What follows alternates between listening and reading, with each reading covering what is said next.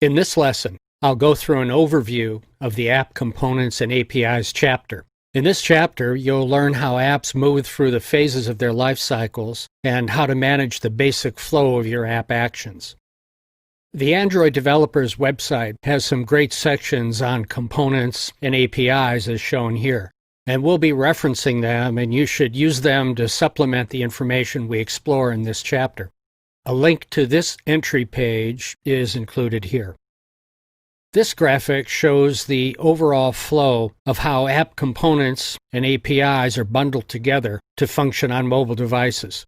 Android application components, resources, and APIs are packaged and uploaded to Google Play and downloaded to devices and run on the Android operating system. We've looked at how you use Eclipse and the Android tools to develop the components, resources, and API references for your apps. We also looked at how you use Eclipse to create an APK or Android package that you then upload to Google Play using the Developer Console. Once on Google Play, device users can download the APKs to their smartphones and tablets.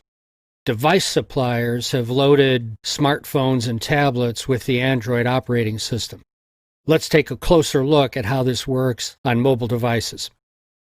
The Android system is built on the Linux platform as a multi-user system. Each app is a separate Linux user with its own Linux user ID, and that ID is managed by the Android operating system and not known to the app itself. Permissions are set for all files in an app so that only the user ID assigned to that app can access them. Each app process has its own Dalvik virtual machine instance, which runs in its own Linux process. So one major aspect of this architecture is that each application is protected from other apps. There are ways for apps to communicate with each other, but unintentional cross-app damage is avoided. I've included a link here to the wiki article explaining this diagram, and a link here to the page on the Android developer's website about app fundamentals. Let's take a look at a little more detail about Linux. Not only is Android built on the Linux platform, but the key element of app action, the process, is a Linux capability. Linux is open source software and was initially developed in the 1990s. Linux is a branch of the Unix operating system, and some changes have been made to the Linux kernel to support Android, but these are relatively small compared to the size of overall Linux. If you're interested in this background on Linux, I've included some links on the graphic. The Linux processes encapsulate fundamental units of work. Processes which execute code are scheduled in a time-sharing mode with prioritization. You don't need to understand how Linux processes work in detail to understand Android apps, but it is, I think, informative to know where all that work your app is doing takes place. There's a link to a good overview of app processes here on the graphic. And now let's look at how Linux processes are used by your apps. One of the major concepts in Android is that of app lifecycles. When your app is started by the user, Android starts a process that moves through a lifecycle. Different types of components have different life cycles. That is, the phases the app passes through after it's initiated. When an app enters a given phase, lifecycle methods are executed, giving the app the opportunity to carry out actions at that point. If you recall, we used the onCreate method in our first app to display our screen. As we'll see when we study the different component types, each component lifecycle looks a bit different than the others. We'll look in detail at the lifecycle of each type of component in future lessons. Another important concept is that of threads. The main thread of an app is, among other tasks, responsible for the user interface. Work done by the app that might delay or interrupt the user interface should be done in a background or worker thread. One example of the need for a worker thread is accessing data across the internet. Delays in data transmission can cause interruptions of the user interface and should, therefore, be accomplished using a background thread. We'll be looking in detail at background threads in a future lesson. So that's an overview of the App Components and APIs chapter. Now on to lessons looking at the details of these basic building blocks.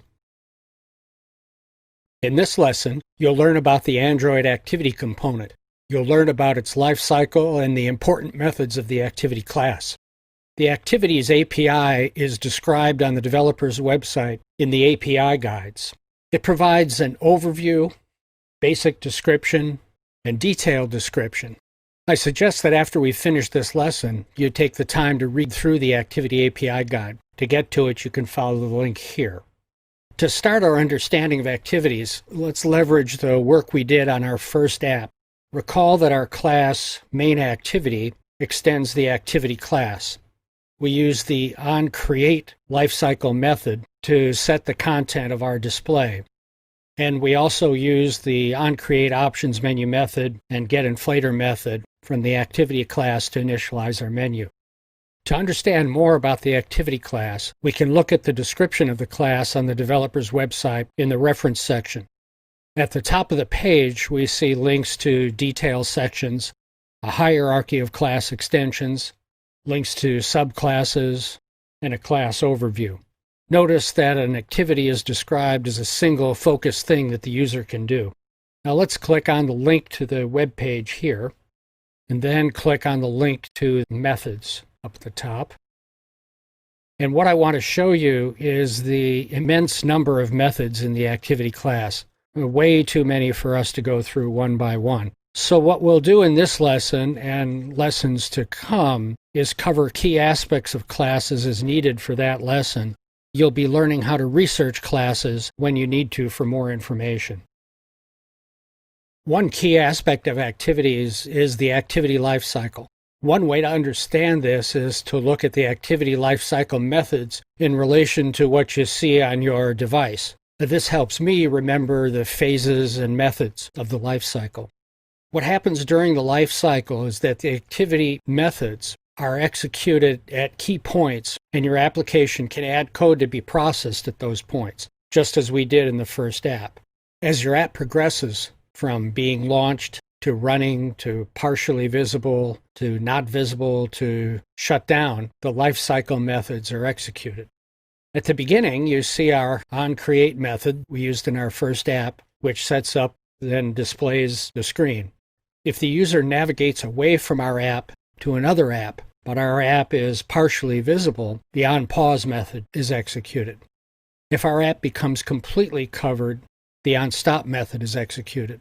The app is still alive, but not visible.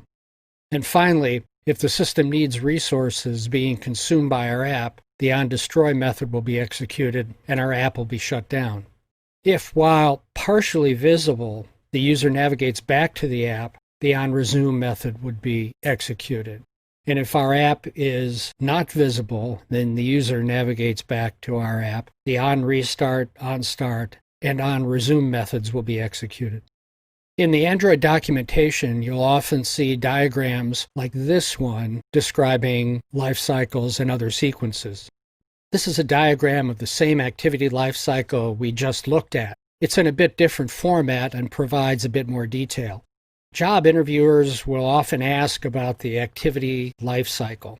So if you can commit one of these activity life cycle diagrams to memory, it'll help give you confidence in job interviews and code development. Now let's take a look at what kinds of actions your app will typically carry out associated with these lifecycle methods. The onCreate method is the only one of the activity lifecycle methods that's mandatory. Just as we did in our first app, you'll call the setContentView method to initialize the display layout. You'll also initialize variables and possibly start a background thread. In the onResume method, typical actions are to restore variables and restart animations. This should be a lightweight method, that is, not executing a lot of code. This is because the onResume method could be executed frequently depending on how often the user navigates away from and back to the application.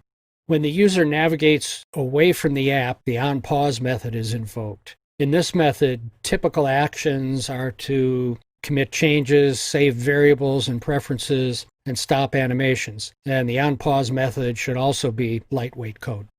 In the onDestroy method, typical actions are to close databases, release resources, and stop background threads. In the onStart method, typical actions are to register broadcast receivers and reinitialize states. In onRestart, server connections are opened and resources allocated. And in the onStop method, server connections are closed, resources freed, and broadcast receivers unregistered. In the developer's website, there's a section on implementing lifecycle callbacks, and that link is here. We pull up that page. We've already used the onCreate method in our first app, and using the other methods is done in a similar fashion, as you can see here. Notice, however, that the save instance state bundle is only passed as a parameter in the onCreate method. Another way to refer to these methods is callbacks. That is, your code is registered to be called back when the activity lifecycle method is executed. To help in restoring your activity after users navigate away and then back again, Android provides the onSaveInstantState method and onRestoreInstantState method. You can save your activity state in the onSaveInstantState method and restore your state in the onCreate or the onRestoreInstantState method. And you can read more about how to do this by following the link here to the developer's website. Now let's review the approach we took in understanding the Activities API. We looked at the major aspects with a reference to the Activities component description on the developer's website. And we looked at key and required capabilities, and we researched details as needed using the Activity class documentation.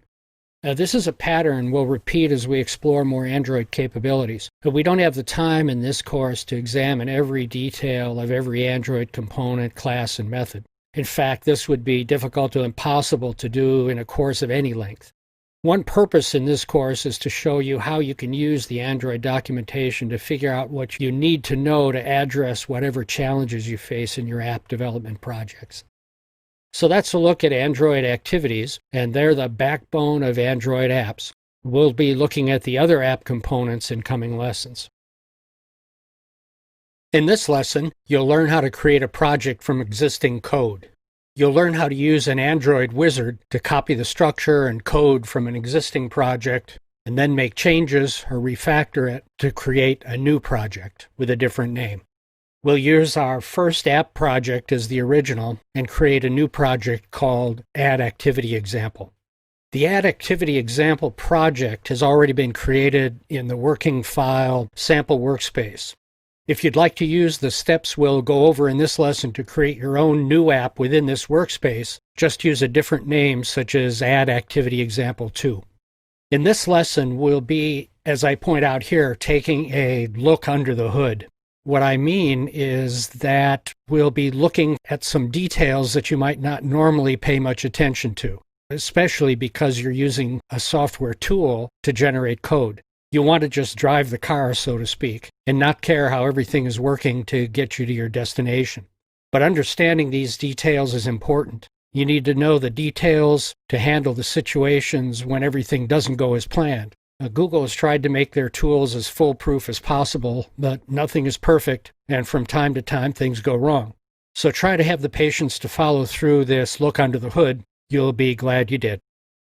So let's start by first opening or switching to the workspace into which you want to place the new project.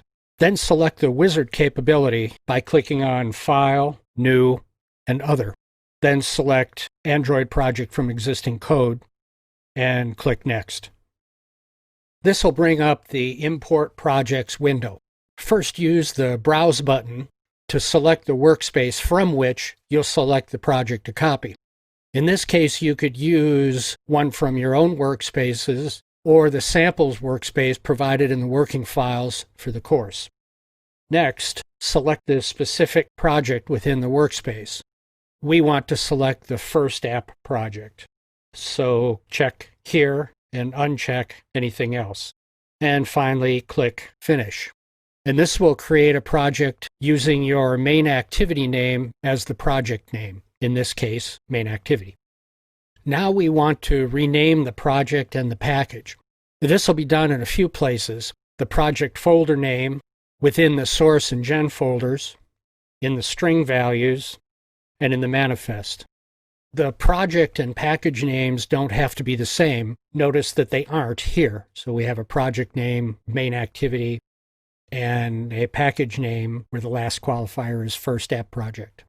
Also notice the detail of how the package is named in the file structure. It's a 3-level name. In this case, com.doncowan.firstappproject. And notice the symbol in front of the names, this little package of folders. What's actually in the source and gen folder is 3 levels of folders, com, Don K. Cowan, and First App Project. When you're naming your package, you can use your own name as the middle qualifier or any other name you choose, or you can leave it as Don K. Cowan for now. And when you publish your apps to Google Play, you'll need a unique qualifier, usually a domain name which assures uniqueness. Next, we'll rename the project. So right-click on the project folder, then select Refactor and Rename. And this will bring up the Rename Java Project dialog window. Change the name here to Add Activity Example as shown, and check Update References. Then click OK. Next, we'll rename the application package. To do that, right-click on the project name, select Android Tools, and Rename Application Package. This will bring up the Rename Application Package dialog window, and you want to change the name here, the 3rd level, to Add Activity Example, and click OK. Next, you'll get a chance to review potential changes in the refactoring dialog window. It's a good idea to look through these to verify the system is making the right changes. And one of these changes in our rename is the addition of an import statement to the source code importing the generated resource file. After we've made all the naming changes, this import won't be necessary, but it won't do any harm to leave it. So we can click Finish. And now we're asked if we want to change the launch configuration, which contains information about what activity to launch against which target Android system. We'll click Yes. If you'd like to look at more detail about your launch configuration, from the drop-down menus, select Project, then Properties, and within the Properties dialog window, select your activity, then Edit, and this will bring up the Edit Configuration dialog window with the detail on your configuration. Next, we'll rename the source package. Notice at this point that the gen package name has been changed to Add Activity Example here, but not the source package name. This is because these don't have to be the same, so Android leaves it up to you to sync them if you want to, which we do. So right-click on the source package name, then select Refactor and Rename, and this will bring up the Rename Package dialog window. Change the 3rd level of the name to Add Activity Example. Check Update References. Leave the other boxes unchecked. You might want to use these for more complex projects, but for now we'll leave these unchecked, and then click OK. And we're told that the package name already exists in the project folder. Remember, we already made changes to rename some elements to Add Activity Example. It's OK. Just ignore the warning and click Continue. Now we're given another preview of changes that you can check for correctness and select or deselect changes as needed. For our example, we'll leave them all in place. When we've done that, click OK. One final change that we need to make is to the app name in the strings resources. To do this, open the strings XML file by double-clicking on it. This will bring it up in the center window, and change the app name here to Add Activity Example. And then save the file by clicking the Save icon or using the File drop-down menu. As a final check, let's look at the manifest to see what changes were made. Double-click on the manifest file to bring it up in the center window, and we see that the package name was changed to Add Activity Example in the manifest tag. In the activity tag, the package name was actually removed, and it'll be assumed by the system, so it's okay. You could add it back in if you wanted to, but we'll leave it this way. So save those changes by clicking the Save icon or using the File drop-down menu. So we've accomplished what we set out to do, creating a new project with a new project and package name. If you haven't been following along by creating your own new project, I suggest you take a break from the lessons and try creating one now. Work through the steps and get comfortable with using these Android capabilities. In this lesson, you'll learn how to add an activity to an existing project. You'll do this many times in your Android development career. It's a common task. To do this, we'll use an Android wizard to add an activity to our Add Activity example project. The new activity will be called Browser Activity, and it'll join our already existing main activity in the app. So let's start by first opening or switching to the workspace that contains the Add Activity example project. Next, right-click on the Add Activity example project, select New, then Other. This will bring up the wizard dialog window. Select Android Activity and click Next.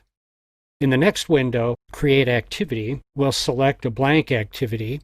In other instances, you might want to use one of the other options depending on the type of activity you're adding. Click Next to bring up the new blank activity window.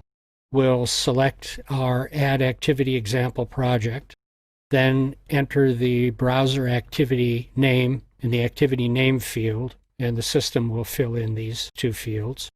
If you're following along and creating your own new activity in the app, just use a different name for the activity, such as Browser Activity 2. Don't check the Launcher Activity box because this will not be the activity that's initiated when the user starts the app.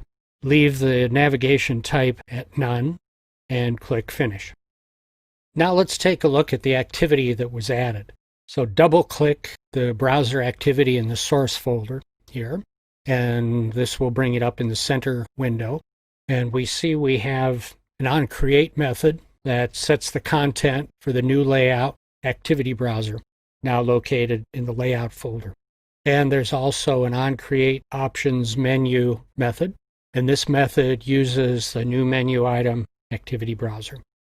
If the wizard should happen to place your activity source in a folder other than your Add Activity example folder, just move it in here.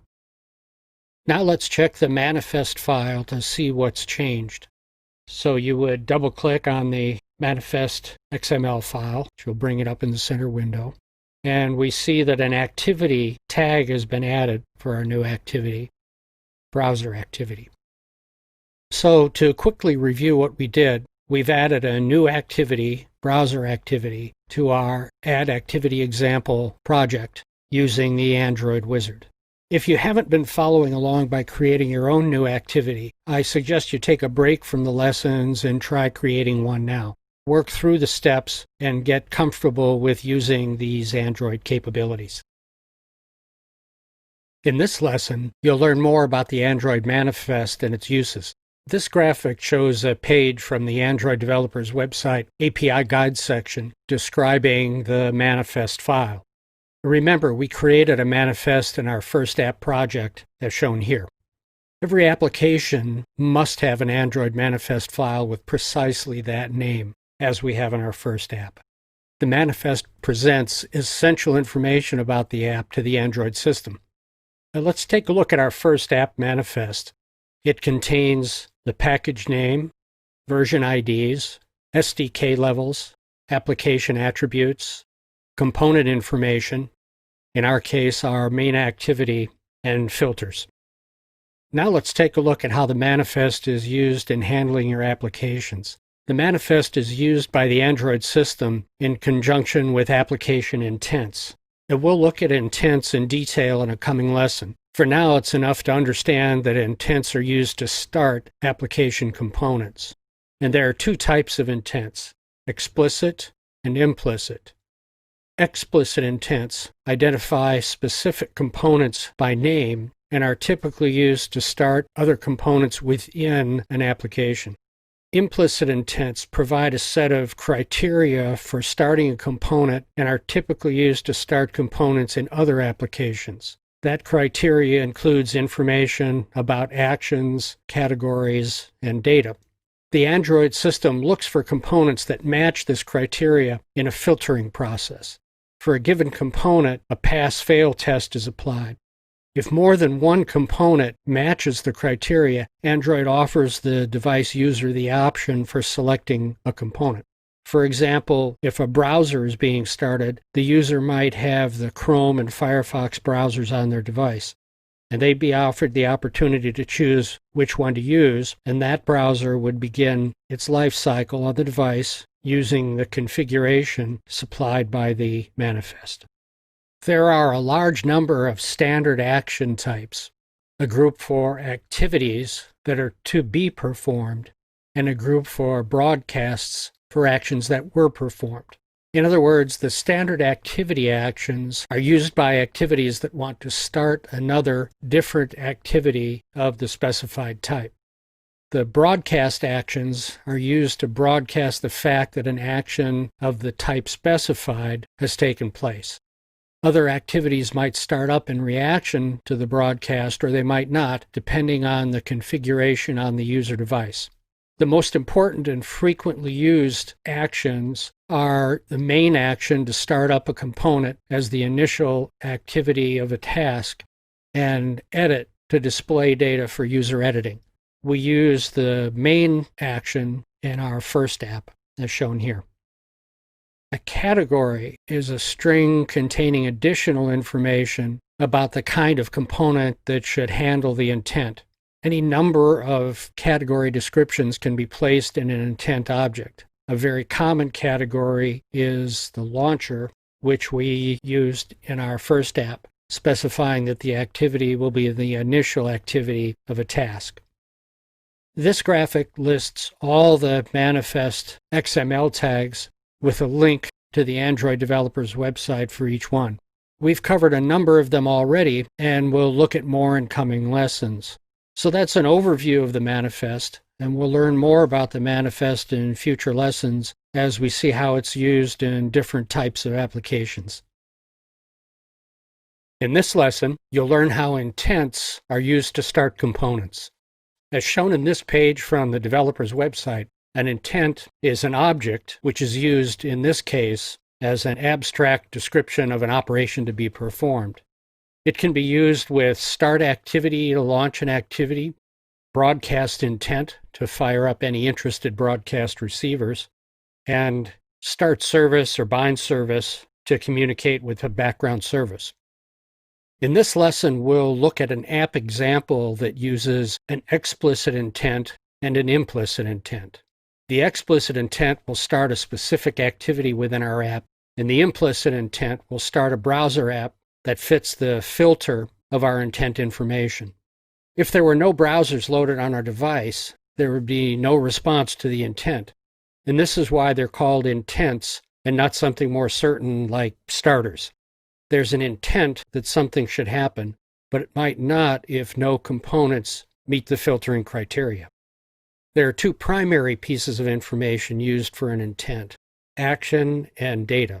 The action indicates the general action to be performed, such as view, edit, or main. Data provides the information to operate on, such as a person record in the contacts database. And the data is expressed as a URI. A URI is a Uniform Resource Identifier composed of a scheme name, followed by a colon, and then the scheme part.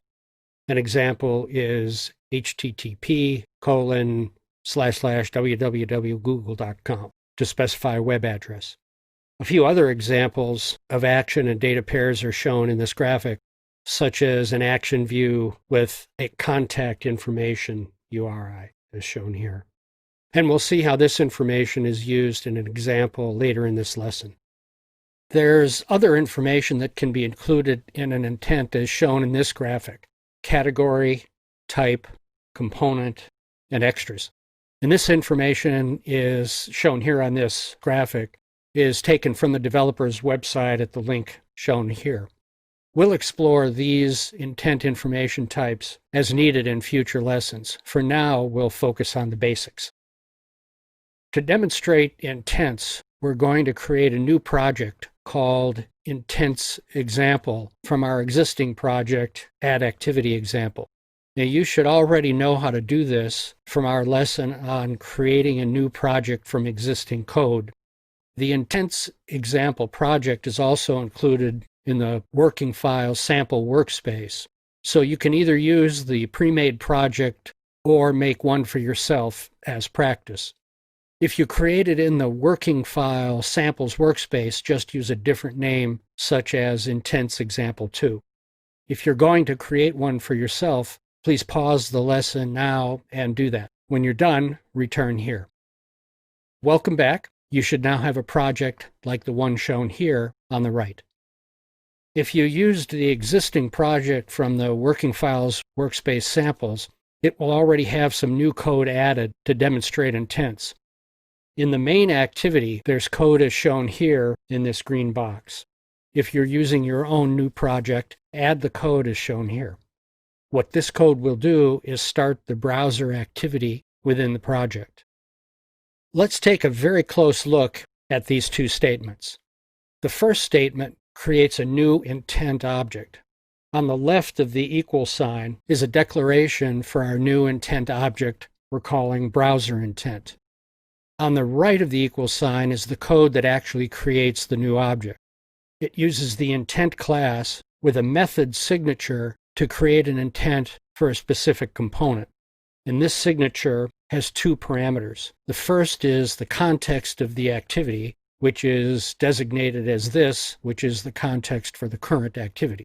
The second is the name of the component class that the intent will start. In this case, it's the browser activity that we added in a previous lesson. The second statement uses the start activity method of the activity class to use the browser intent we created to start the browser activity. Now let's look at the code added to the browser activity for our implicit intent to start a browser. If you use the existing project from the working files workspace samples, it will already have some new code added as shown here. In the browser activity, there's code as shown here in the green box. If you're using your own new project, add the code as shown. What this code will do is start the Google browser. The code is similar to the explicit intent we just examined. The first statement creates a new intent object. On the left of the equal sign is a declaration for our new intent object we're calling browser intent. On the right of the equal sign is a code that actually creates the new object. It uses the intent class with a method signature to create an intent with a given action and a specific type of URI. The signature has two parameters. The first is the action type. The second uses the parse method of the URI class to format a URI. The URI is specified here as a parameter to that method and is the web address for the Google browser. The second statement uses the start activity method of the activity class to use the browser intent we just created to start the Google browser. Let's review how intents were used in our example. First, the launcher started our main activity using an explicit intent. We didn't look at this in detail, but this is what goes on behind the scenes in the launcher activity. Our main activity then issued an explicit intent to start our browser activity. The browser activity then issued an implicit intent to start the Google browser. Now let's see the app in operation. We'll open the workspace with our Intents Example project. I have the emulator already started in a window side by side with Eclipse for convenience. We'll click on the Intents Example to highlight it and then start it in the emulator by clicking the debug button here. We see the browser appear in response to our implicit intent. And once started, we can use the browser like we would on a mobile device. For example, if we key in Android and then click search, we get the browser search results. That's our lesson on intents, and we'll use intents many times in coming lessons, so please make sure you understand how they work before you move on. In this lesson, we'll look at listeners and toasts. We'll use a sample app shown here that I've called Classic 8-Ball. It's a takeoff on the Magic 8-Ball game of questions and answers. Let's first give it a try and see how it works. I'll enter a question here. Will it rain today?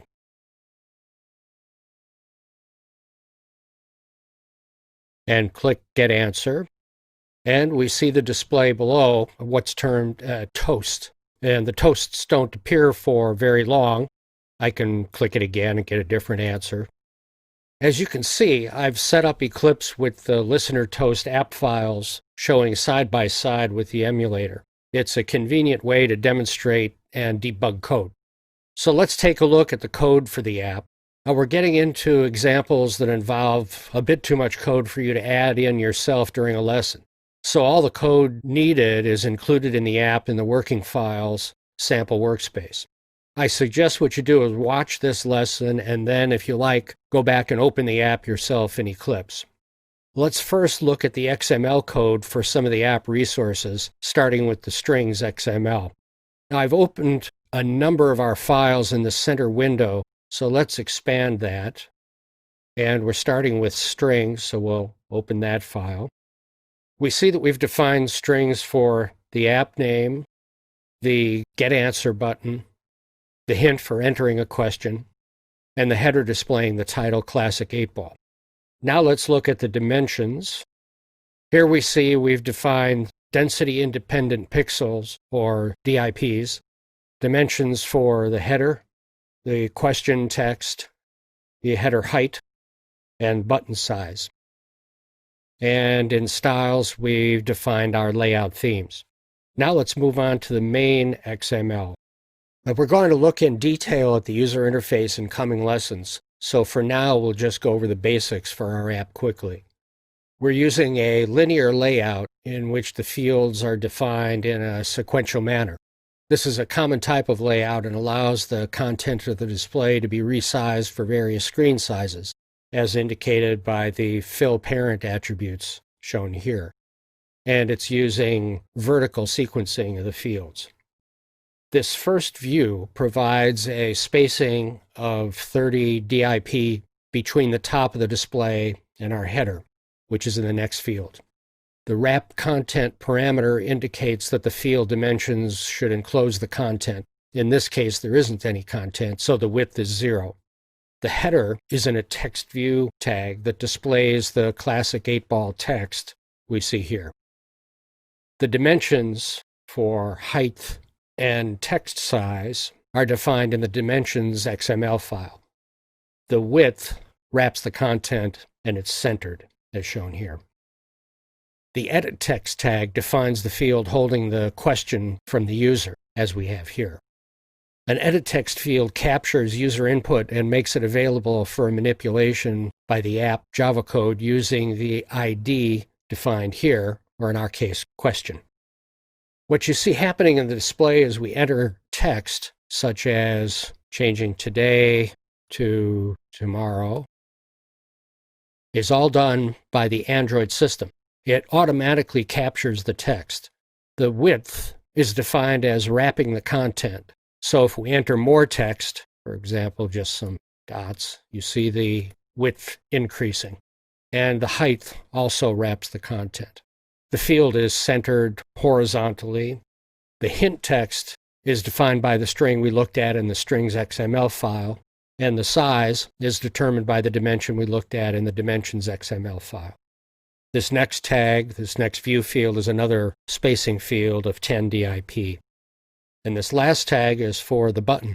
The ID defines a name, Get Answer button, that will let us set a click listener for it in our Java code. The width and height wrap the text label. It's centered, and the size of the text is defined in the dimensions file. So now let's move on to the Java code. At the beginning of the Java code, we see some familiar elements from previous lessons.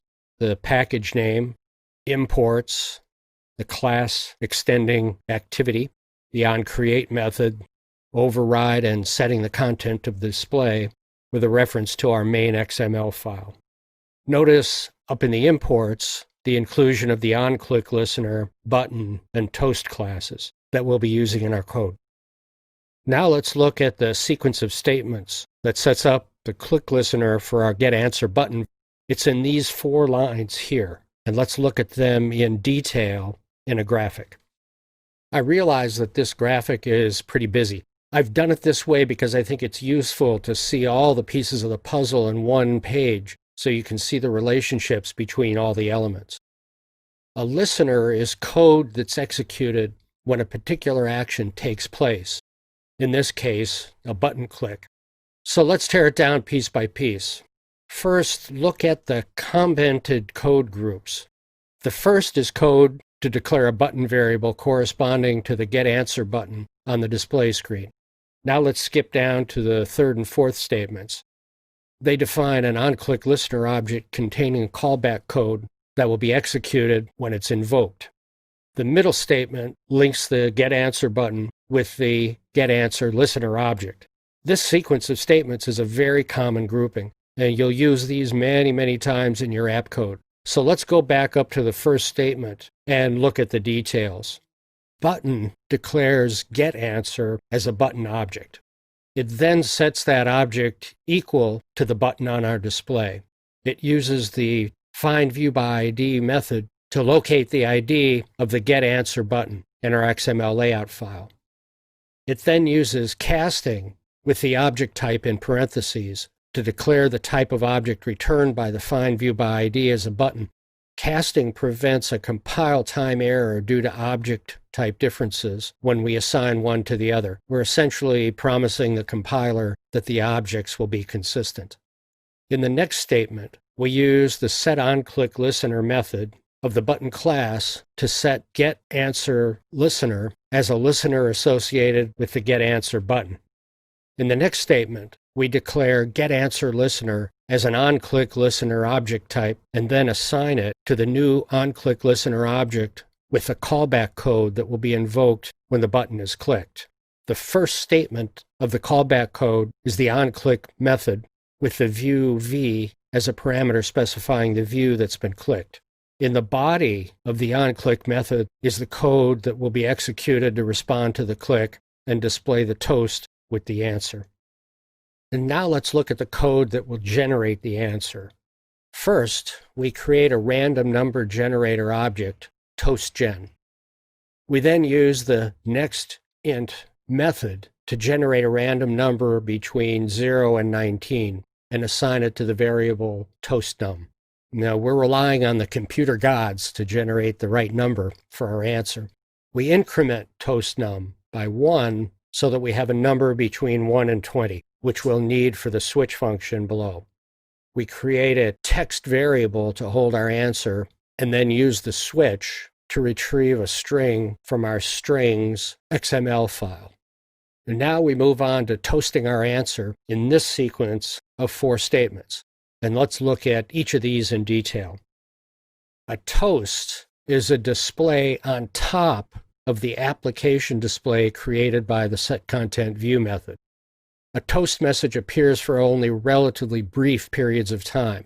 And there are 2 options, a short length and a long length, as we're using in our app. So let's look at these statements in detail. The first statement declares and names a context object and then assigns the context for the application to it using the getApplicationContext method. The second statement creates a variable for the duration of the toast and assigns it the long length constant from the toast class. In the third statement, a toast object is declared and assigned the value produced by the makeText method of the toast class. MakeText uses 3 parameters: the context, the duration, and the text itself. And finally, the fourth statement displays the toast using the show method of the toast class. Finally, let's review the sequence of what happened in using our app. We set up our starter display. The system accepted input from the user. We set up a listener for button clicks. We responded to the click by generating an answer that was used in a toast to display it to the user. In this lesson, we'll look at threads and async short for asynchronous tasks. You'll learn how to use the async task class and methods to run tasks in the background, such as for accessing files on the internet without interfering with your main user interface thread.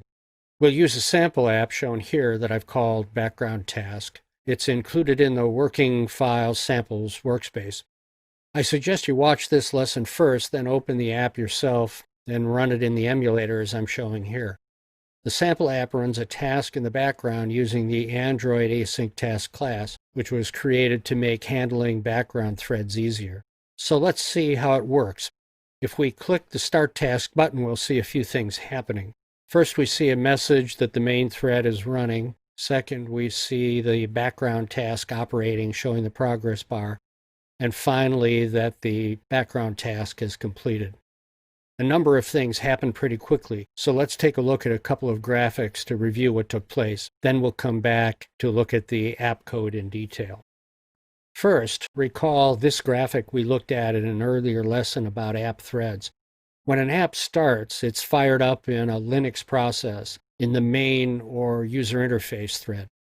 The UI thread is responsible for maintaining an open interface with the user, and it should not be blocked with actions that take a while to complete, such as accessing data on the internet. So, background or worker threads should be used for these kinds of activities. This graphic shows what takes place in the sample app. We're using the Android async task class to initiate and manage a background thread in parallel with our main thread. Let's go through the steps of what happens, and then we'll return to the code so you can see in detail how it's all done. First, in our main thread, the onCreate method is used to set up the basic user interface display. In onCreate, we also set up an onClick listener for our Start Task button. When the button is clicked and the onClick listener is activated, it executes the background thread and displays the message that the main thread is running. In the background thread that's set up by async task, a sequence of methods is executed. First, the onPreExecute method is invoked, and we initiate the progress dialog bar.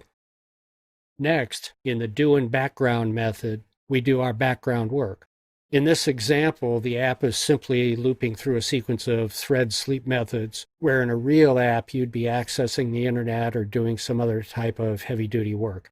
While doing that work, the method uses the publishProgress method to send a notification to the onProgressUpdate method in the main thread, where this method updates the progress bar in the dialog. Note that the background task operating and main thread running notices are showing asynchronously, that is, at the same time, just what we want. And now let's go back to the doInBackground method. When it finishes, the onPostExecute method is invoked, and it displays the background task completed message. So that's a lot of stuff happening in parallel in a quick sequence. So let's take a closer look at it in the actual code. In Eclipse, then, let's start with a quick look at the app resources. We've defined some strings you'll see referenced in the Java code, and dimensions for text sizes. In the main XML file, we have defined a linear layout with fields for the header name, background task, and our Start Task button. Now on to the Java code. Following our package name here, we have import statements.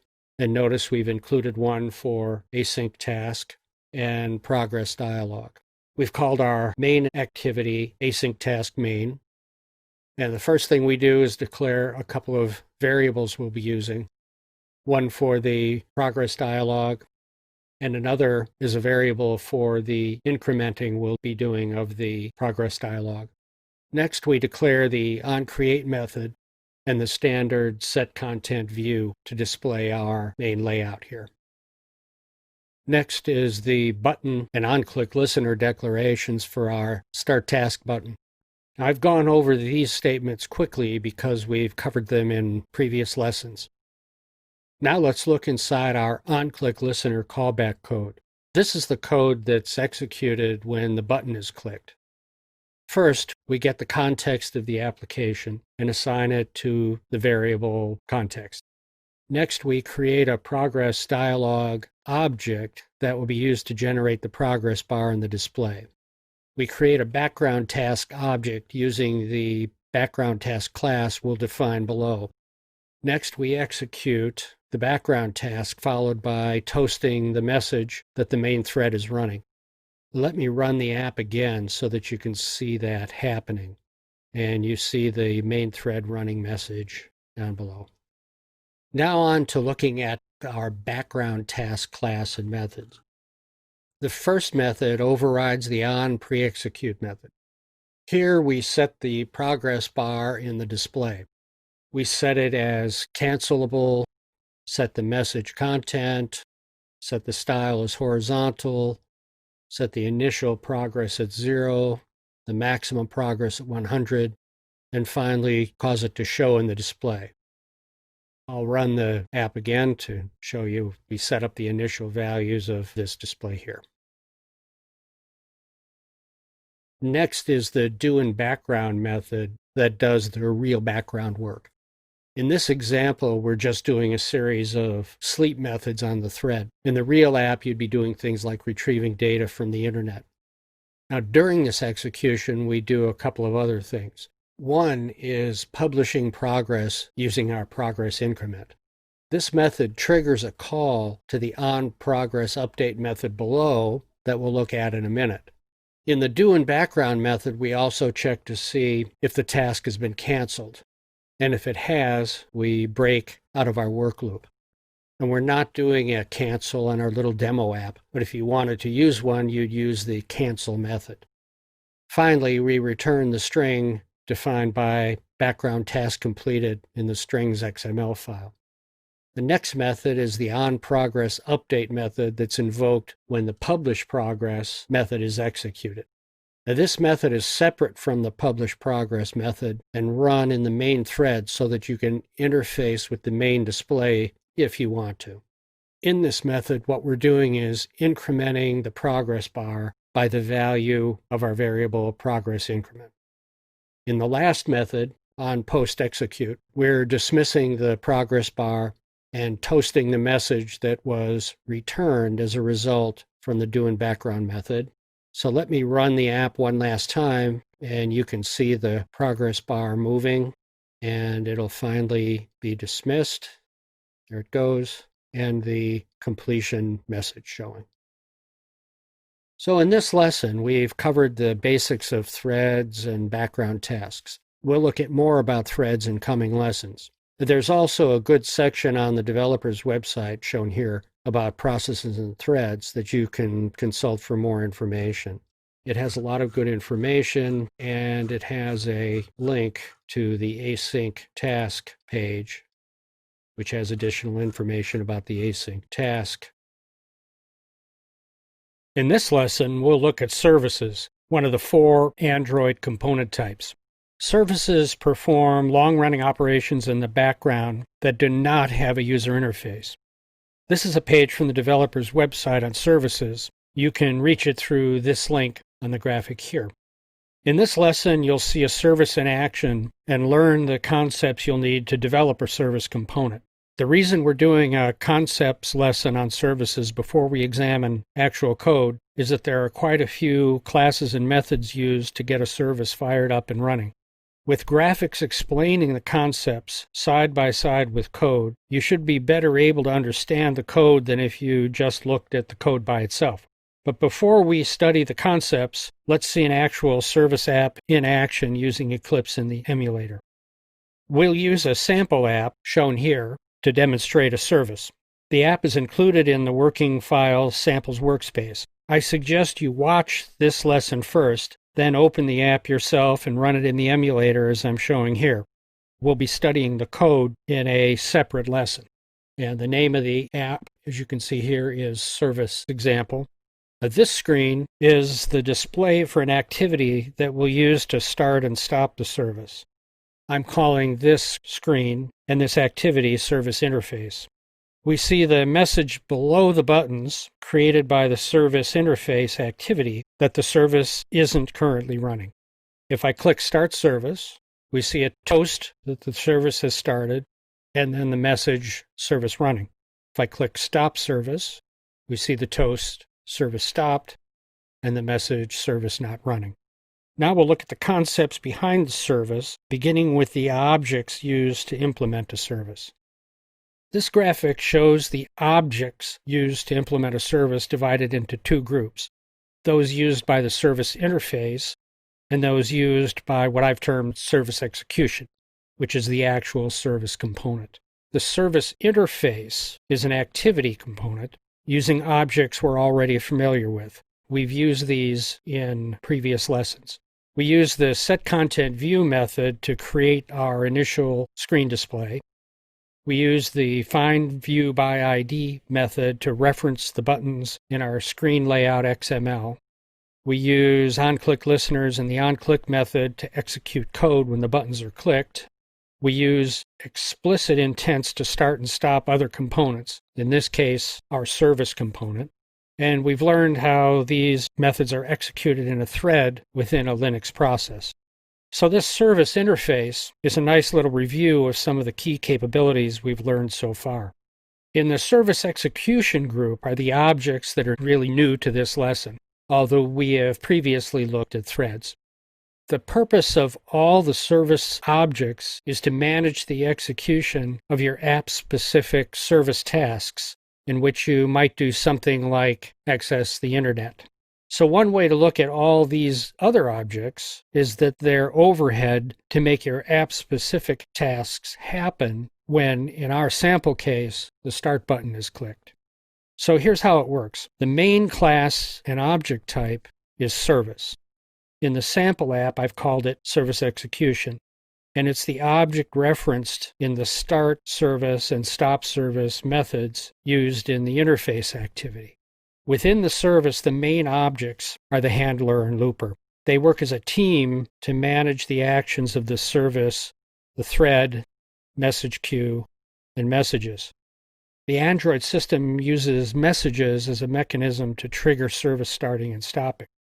The looper, which helps manage the message queue, is actually managed through the handler. So the handler is really the main focus.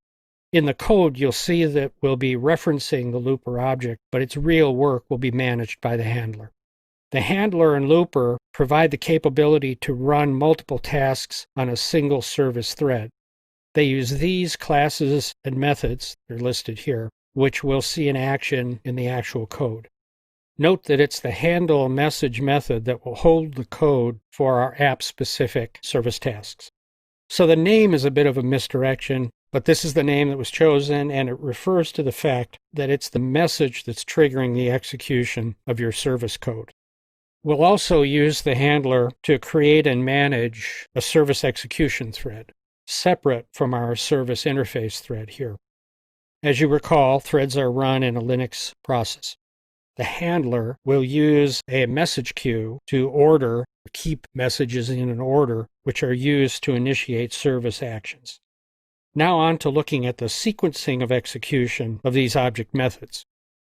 This graphic shows how using the buttons on the service interface trigger various methods in the service interface activity and the service execution component.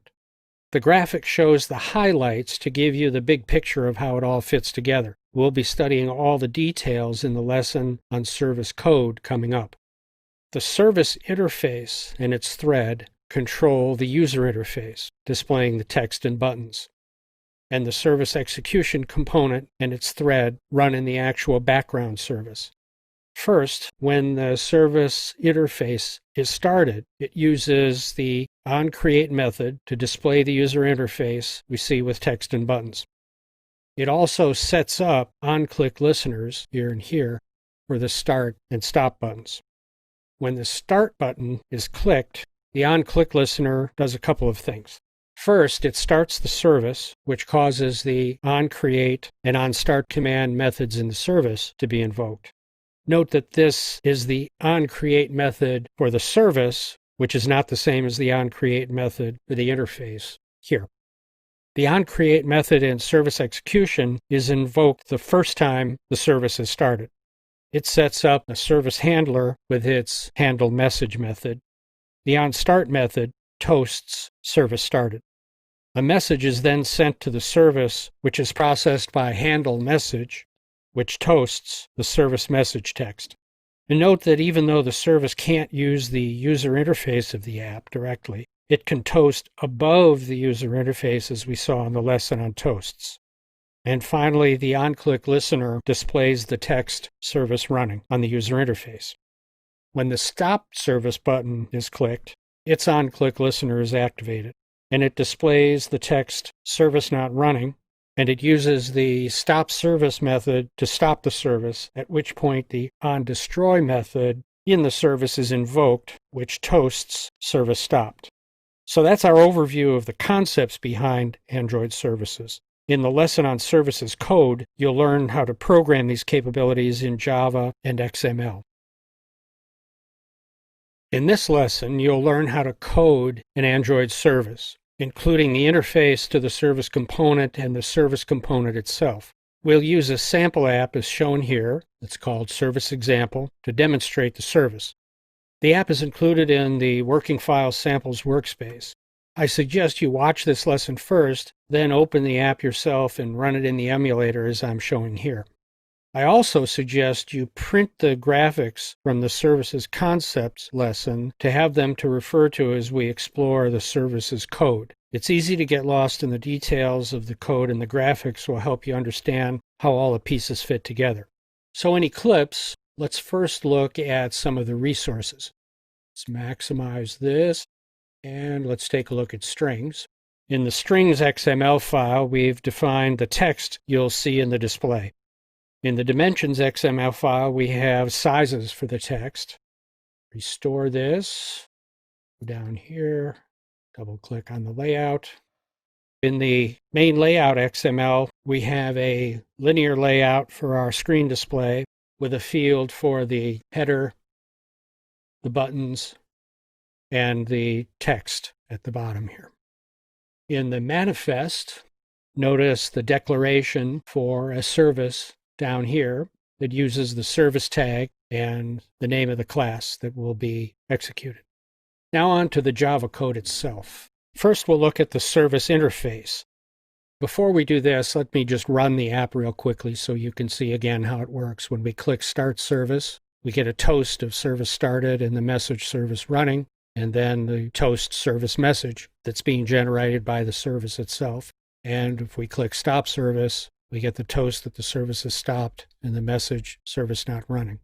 So in the service interface code, which is controlling the user interface we're seeing here, we have the package name, the imports, and the activity class named service interface. We define the onCreate method with the setContentView to establish our initial layout, and we define variables for our start and stop buttons. We set onClick listeners for our buttons. And so far, all the elements we've looked at in the app, we've seen a number of times in previous lessons. But now we're really starting to build on previously addressed topics. So if you need to, please pause the course and review any previous lessons you need to. Now, the next couple of statements here are new for us. They define a text view variable for accessing the service running, service not running text shown here in the display, and they initialize it at service not running. And we'll be studying more about text view and the user interface in a future lesson. Next is the onClick listener definition for the start button. And in it, we use an explicit intent to start the service, specifying the class name of our service execution class. Then we have another set of the text view and set text statements that display the text service running. I'll show you that. So there it is. Next is the onClick listener definition for the stop button, which is almost the same as the start button, except it's executing a stop service and displaying the text service not running. Click the stop button, there you see it. So that's our service interface activity. Now let's look at the service execution code. In the service execution code, we have our package name, our imports, And in the imports, notice the inclusion of the handler, handler thread, iBinder, looper, message, and these are classes we'll need for our service component. Next is an instruction to the compiler to ignore a handler leak error message. If I comment this statement out and save it, we see an error message appear here, which says this handler class should be static or leaks might occur. Well, I tried making it static. I tried a whole bunch of things, and there is no solution that doesn't produce other error messages. So what I did is I included this suppression, uncomment that, and save it. You see the error has gone away. So this error is really just a warning that we could get a memory leak, which we're not going to have, and there's no solution to that error message. So we'll just leave it the way we have it by suppressing the leak message. And you might see this from time to time, so you know that this is one way to avoid having that error message appear. Moving on, we have the definition of our service component, which is named service execution. First, we have definitions for a looper variable and service handler variable. Next, we have a definition of a handler for our service, which we're calling service handler. And this is the class that will handle our service messages and do the real work of the service. First is a declaration of the constructor for the class, which is executed once when the handler object is first created in response to starting the service. This super looper statement is overriding the superclass parameter to use the looper we provided it when it's created, which we'll see below in the onCreate method. It's a little confusing, I know. Consulting the graphics we looked at should help understand all of this. Next, we have the real heart of the service, the handle message method. This method is invoked when a message is created in the onStart command method, which we'll see in a moment. And this is where you would place your app-specific code for the service. In our sample, we're just sleeping the thread and displaying the text service message. So we can see that if we come back over to the emulator, click Start Service, you see service started. Now you see service message. That's coming from right here. So that lets us know that our service has in fact kicked off and it's communicating with us. You can also use the stop self method if you have instances where you'd want the service to stop itself. For example, if it's having trouble accessing something on the internet or there's some kind of errors that take place where you want to stop the service. Next is the onBind method. And this is used if you're communicating directly with another process in a client-server type relationship. And we're not using the onBind capability in this app. Next is the onCreate method that's invoked when the service is first started. In this method, we create a background thread with a looper using the handler thread class. We start the thread and get the thread's looper, and then we create a service handler object using that looper. So this is where you really need the graphics to get a good feel for how the looper is being passed around. Now, the first and subsequent times the service is started, the onStart command method is invoked. Here we first obtain a message from the message pool using the service handler. We then retrieve the start idea for the specific start and assign it as an argument for a message. Next, we send the message using the sendMessage method. This message is then picked up by our message handler method above. We then toast the service started text. Let's do that. It's running, so I'm going to stop it. We start it. We see that service started toast before the service message. That's coming from right here. And finally, we return a start sticky. What this means is if this services process is killed while it started, then the start sticky says leave it in the started state, but don't retain the delivered intent. Later, the system will try to recreate the service.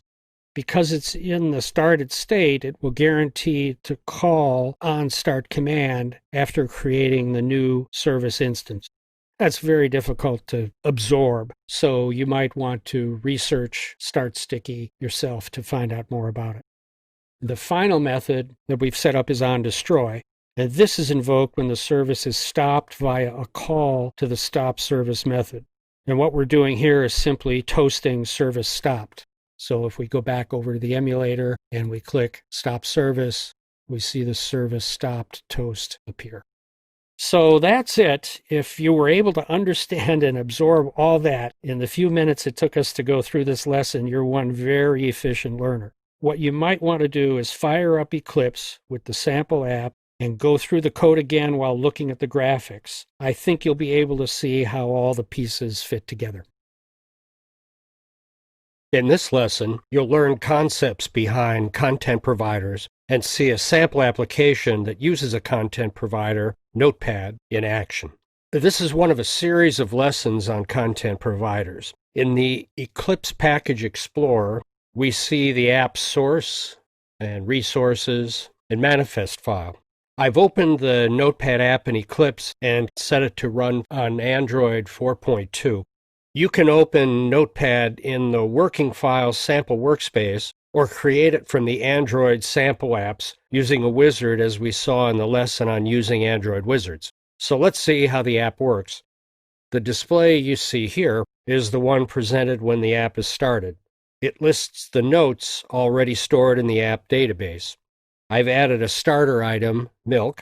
As we'll see in detail as we explore the individual modules of the app, a content provider component called Notepad Provider here in the Java files is working in the background to retrieve data, the app item milk in this case, from a database and deliver it to the user interface component for display. If we click the Add Note icon here, the user interface pulls up a new screen for entering a new note. Since we want milk, of course, we also want cookies. So we'll type in cookies, COOKIES.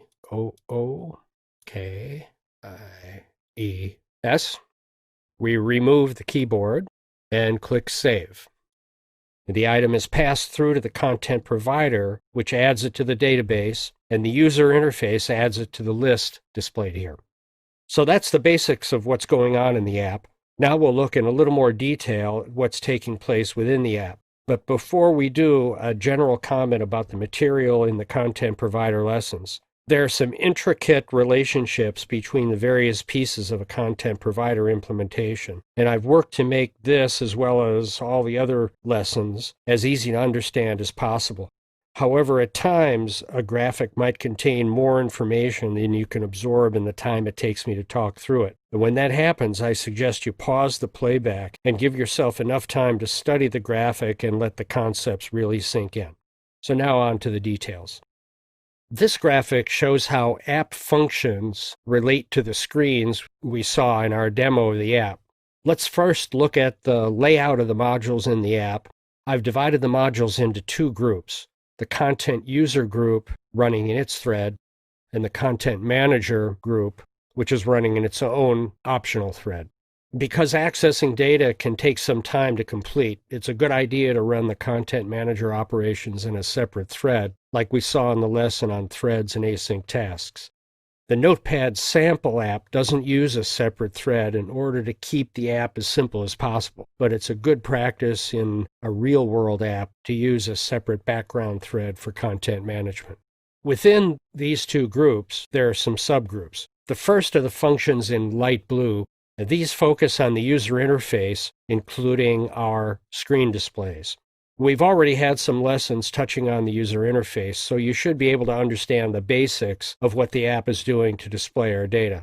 In future lessons, we'll go into more detail about the user interface. In this group above are the database management functions. These perform the actual database operations to manage the data on the physical database. In our case, the functions are SQLite functions.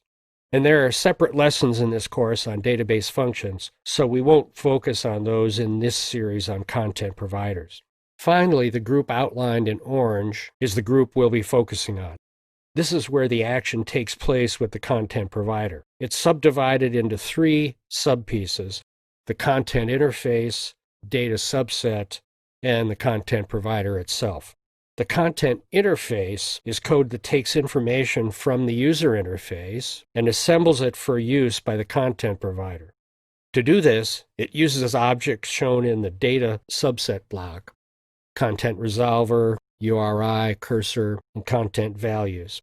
This information is then passed to the content provider.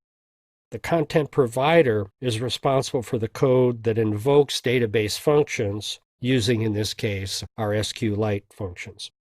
After the database function is performed, the content provider passes the information through to the data subset, which then goes on to the content interface, then to the user interface, and finally on to the screens you see. I know what you're thinking. Why so many handoffs? Well, here's the explanation. First, remember this is a lesson on content providers.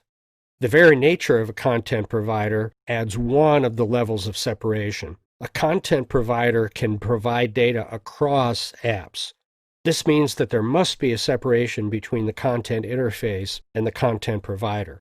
The content user and content manager may not be in the same app. For example, the content provider that accesses the people's contact on your device can be used by multiple other apps. Content providers are a powerful example of code reuse. Within an app, if you didn't feel you needed a content provider, the content interface could work directly with database management.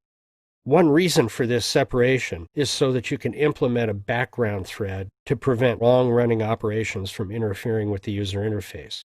Another reason is that the SQLite database functions are implemented in their own set of classes and objects. Now let's look at more about content providers and when you might want to use them.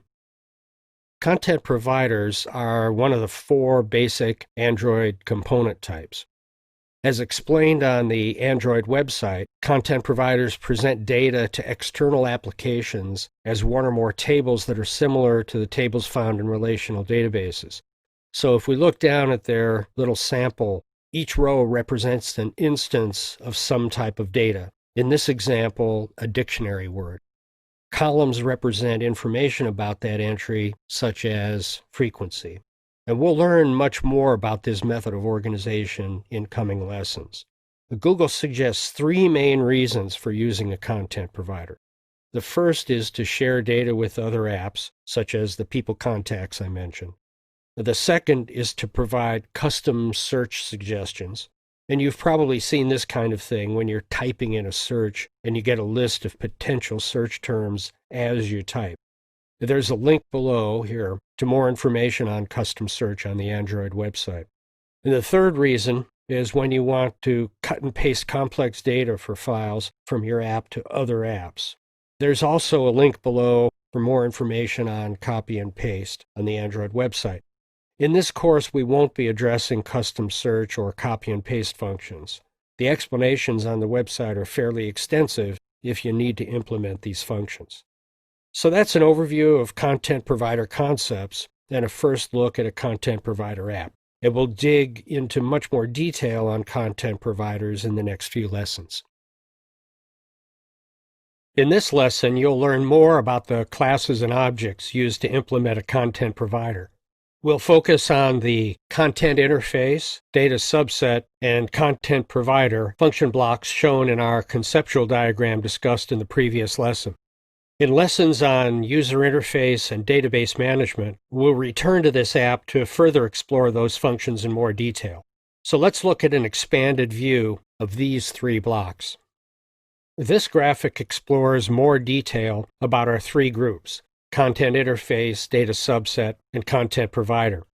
As we discussed in a previous lesson, the chain of events starts in the user interface, which is displaying information and collecting input from the user. The content interface exchanges data with the user interface. It then uses the 5 key methods: query, update, insert, delete, and getType to interface with the data subset, which in turn feeds the content provider, which in turn invokes database management to update and retrieve data on the database. The content interface also handles return values that flow back through this same chain and are passed back to the user interface. Now notice a small detail in the content interface and content resolver blocks. In the content interface, the terminology labeling the methods is that the main methods used are. in the content resolver, the terminology is main methods are. Now, this is because the content interface is creating an instance of the content resolver object and is using the 5 methods that are actually part of the content resolver class and object. The content interface assembles its data and uses the classes in the data subset block, content resolver, URI, cursor, and content values, to construct methods to query the database, update entries, insert new entries, delete entries, or get the MIME type of a file. Collectively, the URI, cursor, and content values provide information to the content provider about exactly what data should be included in the data subset. The content interface is my label for this group of code. In some apps, it might be located in a single activity. In other apps, it might be spread out among a number of activities. But let's take a look inside our sample app at some content interface code. In our sample Notepad app, there's content interface code in the Notes list, Note editor, and Title editor source modules. For example, in the Note editor file, starting at line 586, we have a statement that uses the update method. A note about showing line numbers in Eclipse. Showing the numbers will help us identify blocks of code. To turn line numbers on and off in Eclipse, click on Window, then Preferences, then General, then Editors, and within Editors, Text Editors.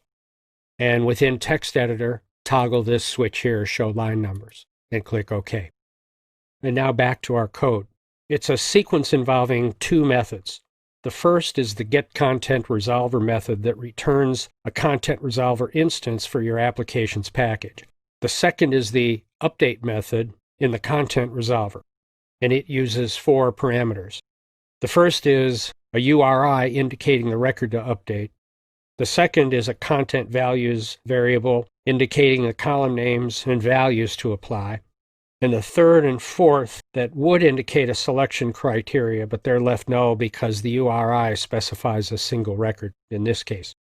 In the content provider lessons on all these methods, we'll go into detail about all the parameters and how they're used. At this point, I just want you to see one of them in our app. And now let's go back to our graphic.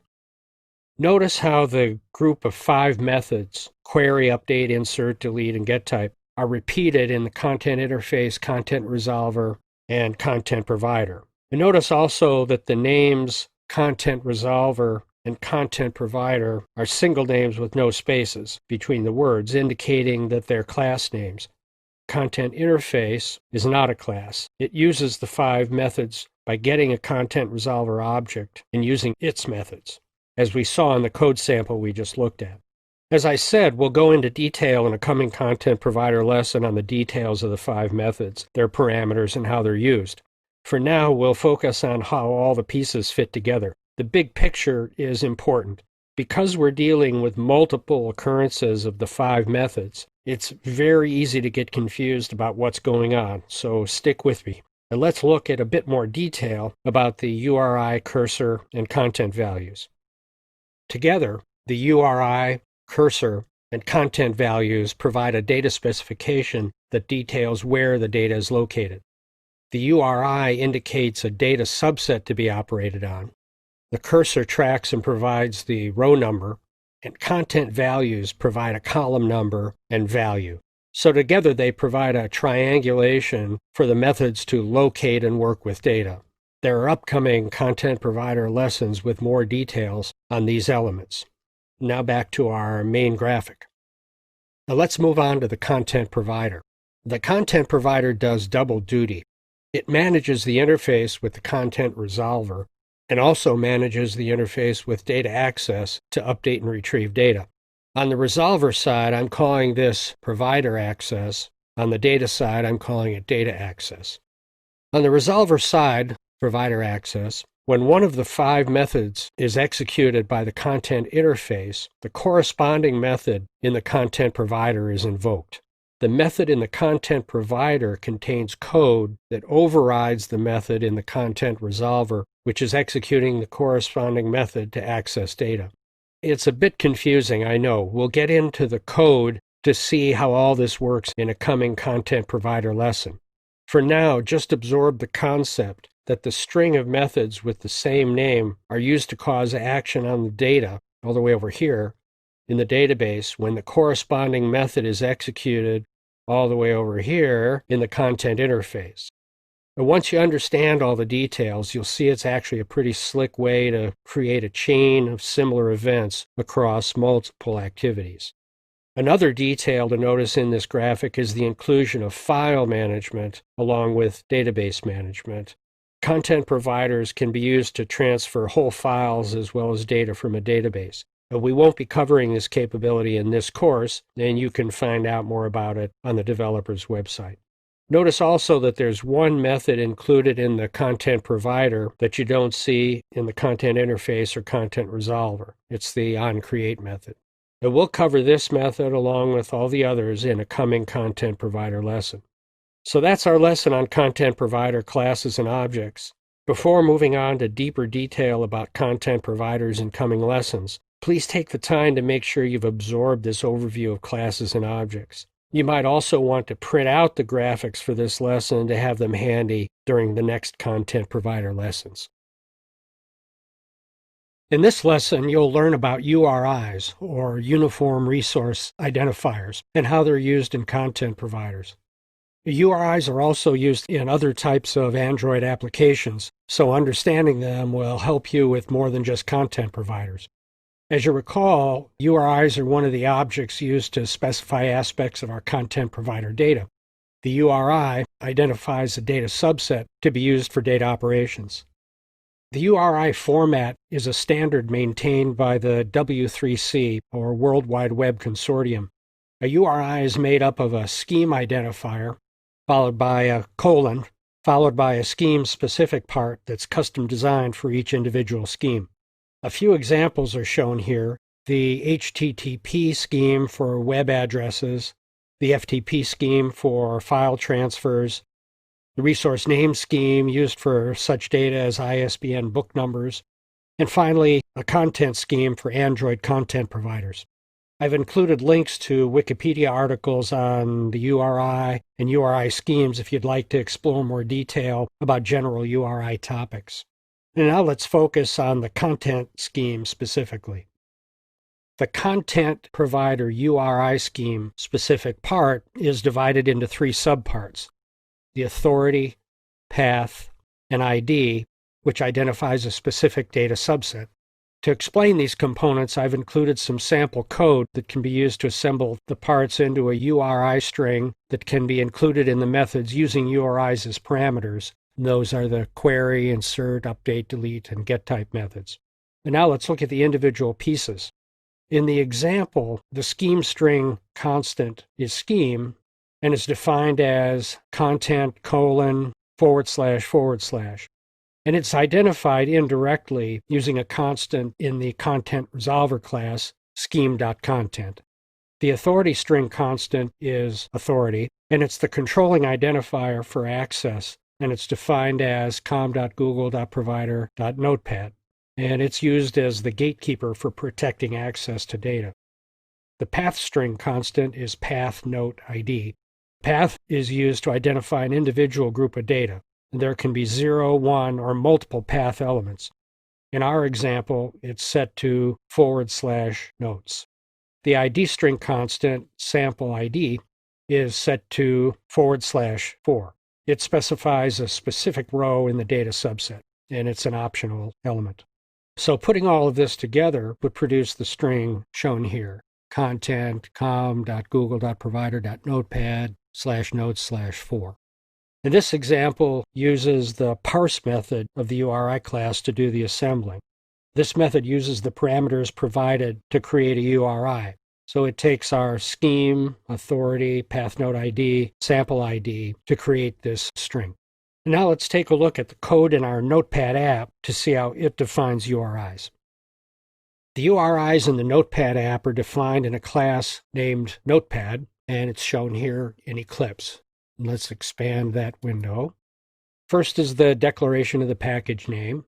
Next, it imports the URI class and a class called base columns, which contains the names of data subset columns that are common across applications. Next, we have the declaration of the Notepad class. It's a final class that can't be instantiated. In other words, its only function is to provide information used by client applications. Now, the first constant defined is for the authority for the app, which is com.google.provider.notepad, as we saw used in our sample graphic on content URIs. Next is a constructor for a notepad that's empty because this is a final class and it's uninstantiable. Next, we have a class called notes that implements the interface base columns. And base columns contains two identifiers for the data columns ID and count. Notes is also a final class and has an empty constructor. Next, we have the constant table name for the notes data subset. And next is the scheme constant designating our content scheme, content : //. Now we get into defining constants for the path parts for the URIs. We have a path for notes called path notes and a path for path note ID. Notice the difference between the two. The second has a / at the end. This is because it'll be used when a row ID is going to be appended on the end to specify a specific row in an ID part to the URI. Next, we have a constant defining note ID path position, and it's set at 1. Because numbering of columns starts at 0, this is actually the second column. Next is the path for a live folder. Live folders have been replaced by the App Widget API. We won't be addressing this capability in this course. Remember, the Notepad sample app is one that's provided by Google, and we're using it as is. As is sometimes the case with these sample apps, they'll have portions of code that you won't be interested in for your current application. Next is a constant for the content URI created using the parse method we discussed in the previous graphic. Next is a URI for content ID URI base using the parse method to construct it, and a URI content ID or ID pattern using the parse method with the / at the end so that it can be followed by a row number. Now look down to the column definitions, and we'll be coming back to discuss these MIME types in a later lesson. So down to the column definitions. These define 4 column names: column name title, column name note, column name create date, and column name modification date. So these are the columns in our data subset. Now that's our lesson on URIs. We'll continue looking at URIs with a lesson on URI matchers to learn how to manage URIs in your apps. In this lesson, you'll learn about the URI matcher class and how to use it to manage the use of your content provider URIs. As you might guess, constructing code to respond to various URIs within an app can get a bit complex. There can be lots of different paths that need to be routed to lots of different sections of code, depending on lots of different URIs. Our Notepad sample is relatively simple. Imagine the possibilities with a data structure with a couple of dozen columns and dozens of potential paths into the data. This is where the URI matcher class comes in handy. The URI matcher class and objects provide a convenient way to route processing within your app depending on URI specifics. And this graphic shows a template for how it's done. There are 3 steps. First, creating the URI matcher, then setting up the matching paths and codes, and finally switching to route processing via switch method. So let's go through each step and then we'll look at example code in our Notepad app. In the first step, you create an instance of the URI matcher using the URI matcher constructor, giving it a code for any root URI structures. If there are no common root structures, the code should be -1, as we've set it in this example here using the nomatch constant. In the setup step, you add entries to the URI matcher for each combination of authority and path you want to match to a code, which will be used in the next step, switch function. Note that you can use an asterisk to match any character, and a pound sign to match any number. In this example, we've matched the combination of Notepad authority and the notes path to the constant notes. And notes has been defined, as we'll see in the app code, as a 1. And we've matched the combination of Notepad authority and notes / pound to the constant notes ID, and notes ID has been defined as a 2. Finally, in the switch step, the match method of the URI object we created is used to send the execution sequence to the appropriate case statements for the corresponding URI. The first is for notes, the second for notes ID, followed by any others we might have. And now let's take a look at the Notepad sample app code that implements the URI matcher. The code implementing the UIR matcher in the Notepad app is located in the Notepad provider Java file, which I've already opened up here, and let's expand that window. First, starting at statement 94, we have constants that we'll use in our URI matcher statements. Notes is defined as 1, note ID is 2, live folder notes is 3, and these will be used for controlling the switch statement. And next we have the code for our URI matching. And the code for step 1 to create a URI matcher is located at statement 105, and it creates our URI matcher object named SURI matcher. And at statement 120, it's initialized with the no match constant. Remember, this is a no match for the root only, and it's set to -1, as we can see here. You might have noticed this database helper object here. We'll come back to this in our lessons on database. The code for step 2 to set up matches starts at 123 and sets up matches for notes, note ID, and live folder notes. So notes matches the path notes, note ID matches notes / pound, and live folder notes, live folders / notes. The code for step 3 for the switch starts at statement 269. It uses the URI matcher match method, and we see the case for notes, note ID, and live folder notes. And the code within these cases defines database functions that we'll explore in the database lessons. Now, that's our lesson on URI matchers, and we'll be examining more code in our Notepad app in the next lessons on content providers and other lessons on additional topics. Now on to more content provider lessons. In this lesson, you'll learn about the cursor class and objects and how they're used in content providers. Cursors are used in a number of Android application functions in addition to content providers. For example, they're also used to supply data to the list functions that display data in a user interface. So we'll explore its application in other lessons to come. Their use specifically in content providers is as a vehicle to contain result sets from database query methods. Let's look at an example of this in our Notepad app. In the Notepad provider class at statement 259, the return from a query function is defined as a cursor. Now let's look down at statement 317, where a cursor C is defined as a result of a query to our SQLite database. Next, in statement 328, we use the setNotificationURI method of the cursor class to tell the cursor what URI to watch for changes in source data. And finally, to statement 329, where the cursor is returned as a result of this content provider query. Remember, we'll be studying more about database queries in our lessons on SQLite database functions. And now back to the sequence of cursor uses. It's a little hard to follow, but what's happening is this. Remember our content provider classes and objects graphic that you see here.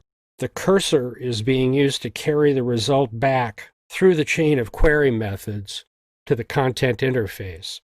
So what happens next with the cursor there? To understand this, let's look at more detail about the cursor class and objects. The cursor provides read-write access to a result set returned from a database query. And here's how the access is carried out with cursor methods. First, there's a group of methods that tracks and moves the cursor along the rows of the data subset, such as move to first, move to next, move to last, etc. There's a second group of methods that can pull data out of the subset using a column index parameter. And notice that the data can be pulled in any primitive data type, such as double, float, long, etc. The third group of methods operates on the data subset as a whole, such as getting a column count and getting column names. So what happens is that a cursor is returned from a query and passed to functions that use the cursor to work with the data in the result set from the query, such as the cursor adapter in our Notepad app, which is used to list the notes that we see on our user interface.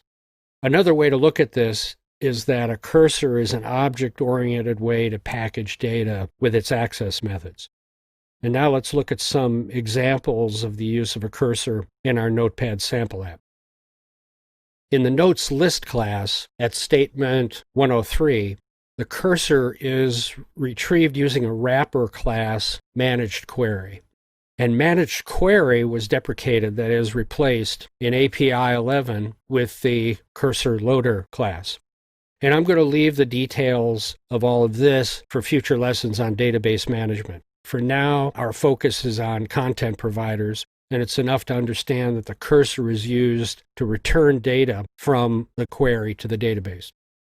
Now, further on in statement 128, we see that a cursor is used in a simple cursor adapter to supply data for a list view object that displays data on the user interface. And the simple cursor adapter was also deprecated in API 11 in favor of the cursor loader. And I'm going to leave the discussion of these objects for a future lesson on the user interface and list displays. I realize that we're looking at the Notepad app in pieces here and there, because the app includes a number of Android capabilities that we're covering in multiple lessons. This approach to examining its code makes more sense than going from beginning to end in the app, as we've done with some other sample apps. So bear with me, eventually all the pieces of the Notepad app will come together. That's our lesson on cursors. As I've said, we'll see cursors used in a number of places throughout the course. Now let's look at some more aspects of the content provider in the next few lessons. In this lesson, you'll learn about the key methods used by a content provider and the objects that interface with it. Those methods are query, update, insert, delete, getType, and onCreate. Remember, these key methods provide the connection between the user interface on through the content interface, content resolver, content provider, and into data access. Let's first look at the one method that's a bit different from the others, the onCreate method. To understand it, let's follow the sequence of events that triggers the content provider onCreate method. First, the content interface uses a content resolver object to access data for the first time. This causes the content resolver to try accessing the content provider, which causes the content provider object to be created and the onCreate method of the content provider to be invoked. In the onCreate method, the app does things like opening files and databases, and the work done there should be kept minimal. Let's take a look at the onCreate code for our service provider in the app. In the Notepad provider Java file, at statement 239, we have the onCreate method. All it's doing is creating a database helper object which will handle opening the database when it's first accessed. And we'll learn about the database helper in the lesson on databases. And now on to our key 5 methods. The 5 key methods are query, insert, update, delete, and getType. They take inputs generated from our user and content interface, they use them to operate on the database, and return the results back through the same chain. And this creates a big feedback loop servicing interaction between our user and the database. In this lesson, I'll give you a quick rundown of the method's parameters and returns, and in the next lesson, we'll look at them in detail. So there are 7 parameters used in various combinations by the 5 methods. Now, this table shows which parameters are applicable to which methods and where they can be null. The URI specifies the data subset to be addressed, and we've already looked at the URI in some detail. Projection specifies which columns to include for each row returned from a query.